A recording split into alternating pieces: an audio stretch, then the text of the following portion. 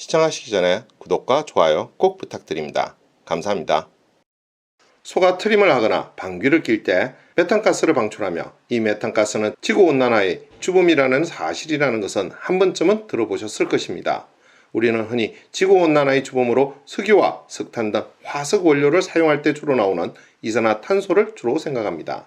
하지만 소, 양, 염소와 같은 동물들이 배출하는 메탄가스도 지구온난화를 일으키는 주된 역할을 합니다.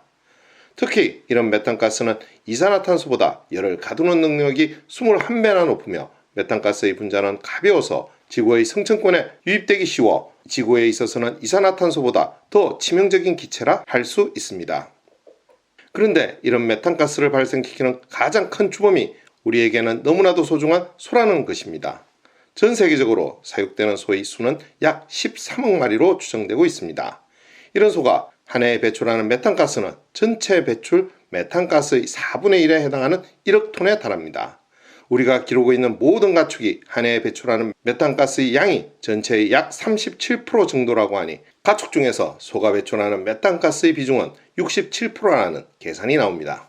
소가 메탄가스를 방출하는 통로는 트림과 방귀입니다. 사람의 경우 트림이나 방귀에 메탄가스는 거의 포함되어 있지 않습니다. 그런데 유독 소의 트림과 방귀에 메탄가스가 많은 이유는 무엇일까요?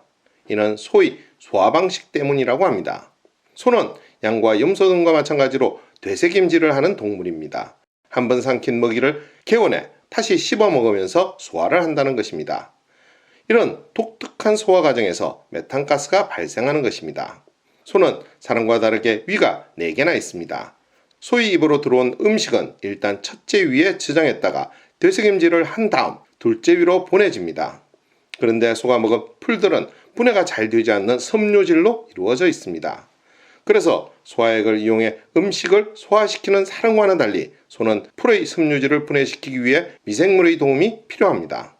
그래서 소의 경우 되새김질을 하기 전 단계인 첫 번째 위에서 수많은 장내 미생물들이 음식을 분해하고 발효시키는 것입니다. 이 과정에서 메탄가스가 만들어지고 이는 주로 트림이나 방귀를 통해 배출되는 것입니다. 당연히 소가 숨을 쉴 때도 메탄가스는 배출됩니다. 소가 뿜어내는 메탄가스의 95%가 숨을 쉬거나 트림을 할 때 코를 통해 나온다고 합니다. 그러면 되새김질을 하는 다른 동물들은 어떠할까요? 염소의 경우도 마찬가지로 메탄가스를 방출합니다. 하지만 소가 다른 되새김질 동물에 비해 등치가 월등하게 크기 때문에 그리고 더 많은 숫자가 사육되고 있기 때문에 소의 메탄가스 방출량이 이토록 많은 것입니다. 그래서 사람들은 지구의 환경 보존을 위해서는 소고기 섭취를 줄여야 한다고도 합니다. 그러나 이는 현실성이 다소 떨어진다고 할 수 있습니다. 또 어떤 나라는 소 등이 배출하는 메탄가스에 세금을 매겨야 한다고도 합니다.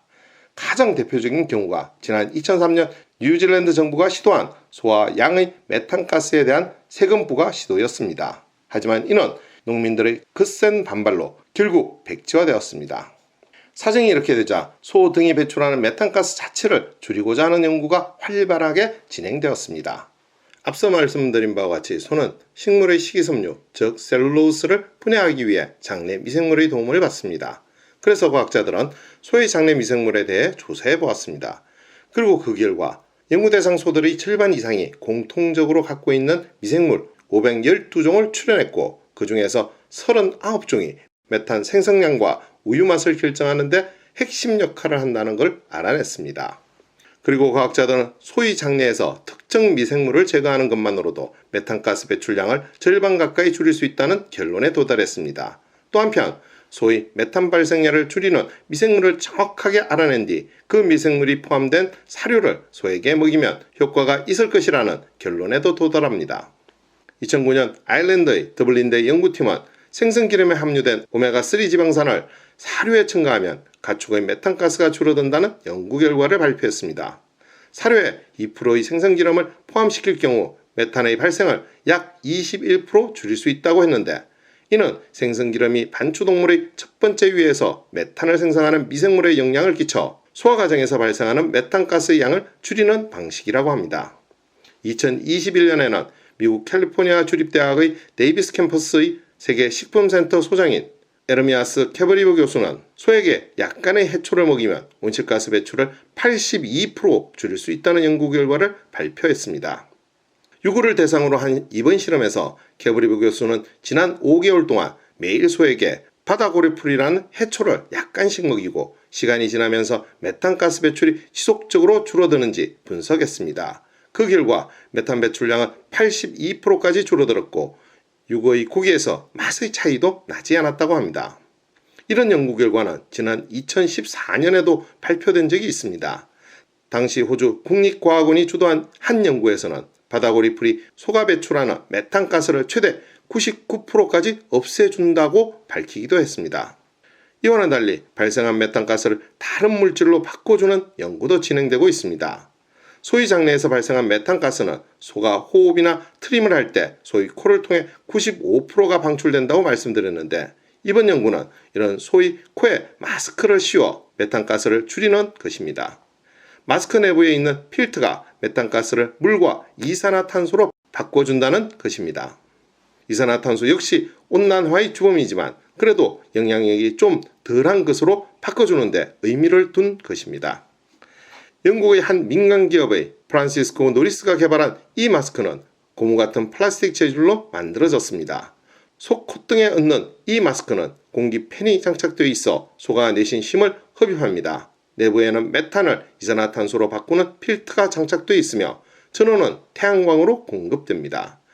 마스크를 쓰고 소가 호흡을 하는 데는 아무 문제가 없다고 하지만 좀 더 많은 연구와 검증이 필요할 듯 합니다. 오늘의 이야기는 여기까지입니다. 더 좋은 이야기로 찾아뵐 수 있도록 구독과 좋아요 꼭 부탁드립니다. 알림 설정도 잊지 마시고요. 감사합니다.